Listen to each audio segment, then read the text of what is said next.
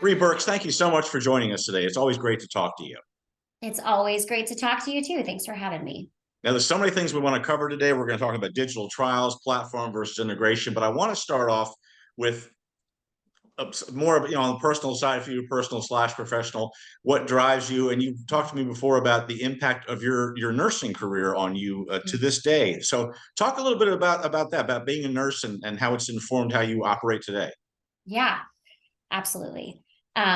So when I started out nursing, I had a unique experience of working in a neuro ICU and helping to set up one of the first neuro ICUs in Florida. And it was a cool, amazing, sometimes heart-wrenching experience. And I thought, I want to have a bigger impact than just the one or two patients that I'm caring for in the ICU. I want to go back and get a nurse practitioner. And lo and behold, I saw these nurses walking around with clipboards and tubes and things. And it looked like, oh, what are they doing? It looks easy. It looks like I could moonlight whatever that job is and get my master's and become a nurse practitioner, which was the goal at that time. And they were doing research. They were research nurses. So I got hooked on seeing what they were doing and thinking that looks easy. I was very wrong about that, but it did have a paper component to it. So there's the tie there. But that's how I found my way into research. All right, so Bree, so you've become a nurse. You've been a nurse for a while. Talk about your experience in clinical trials as a nurse, and maybe how that Mm. drove you to want to improve something, especially on the technology side. Yes. So to go back to the nurses with the clipboards and the paper, it was particularly interesting to me at that point because I had just gone through same hospital, same organization, this major transformation of getting an electronic health record. And at first, that was challenging. We were kind of up in arms about it. We had our paper sheets that we loved, and we would draw, on the parts of the body, making our sketches. Here's where this wound is. Here's where this IV is. We would quick initial all kinds of things. Yes, I checked this dressing, da, da, da, da. And when we had to transform into electronic health records, like I think anywhere where there's massive change going on, there was a lot of pushback. But making it through that process, it was transformational. When a physician would call you up and say, hey, I'm at home, but I'm seeing that the temperature for this patient's gone up and I have some questions about that. That wasn't possible when I held the only physical paper in front of me in my nursing alcove for this super sick patient, with a traumatic brain injury, writing the temperature down. I had to know to pick up the phone and call the doctor that this would be something they would care about, and make my own judgment there. I wasn't able to trend that out well across their entire stay.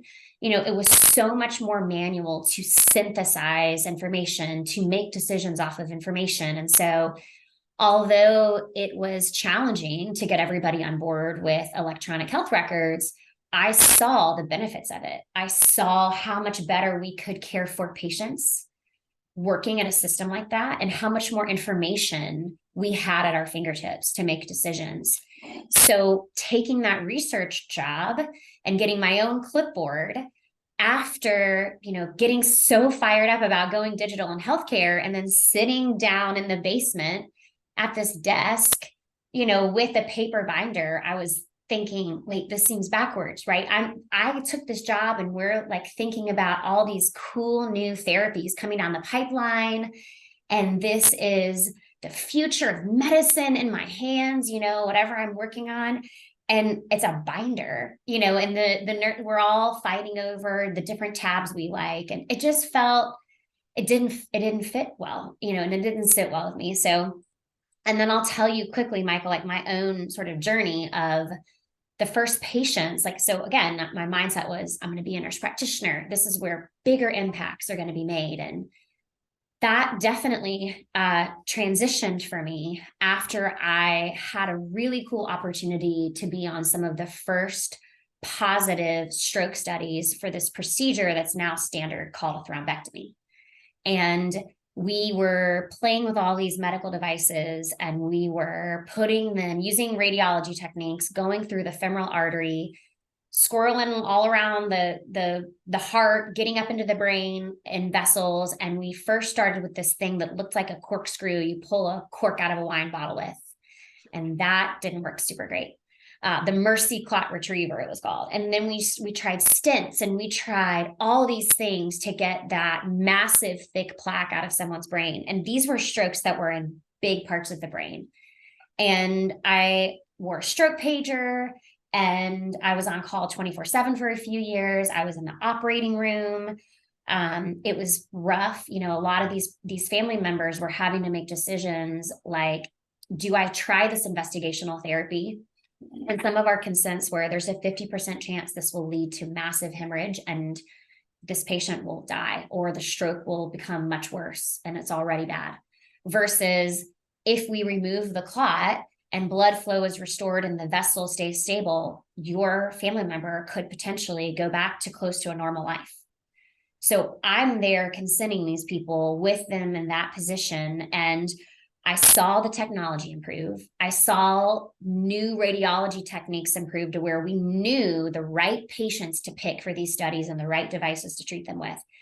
And then I went to these amazing stroke conferences where people were applauding and crying, and we had gotten through the first positive studies ever for this, and we were restoring people back to close to normal lives that would have died or been very severely disabled, and impacting millions of lives.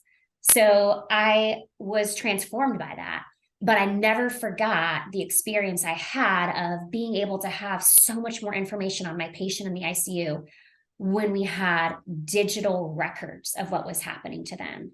And it just was always a struggle for me, not only doing the work as a research nurse, but then managing people that were coming to me and saying, hey, I got into this because I want to spend time with patients, because I'm excited about the future of medicine.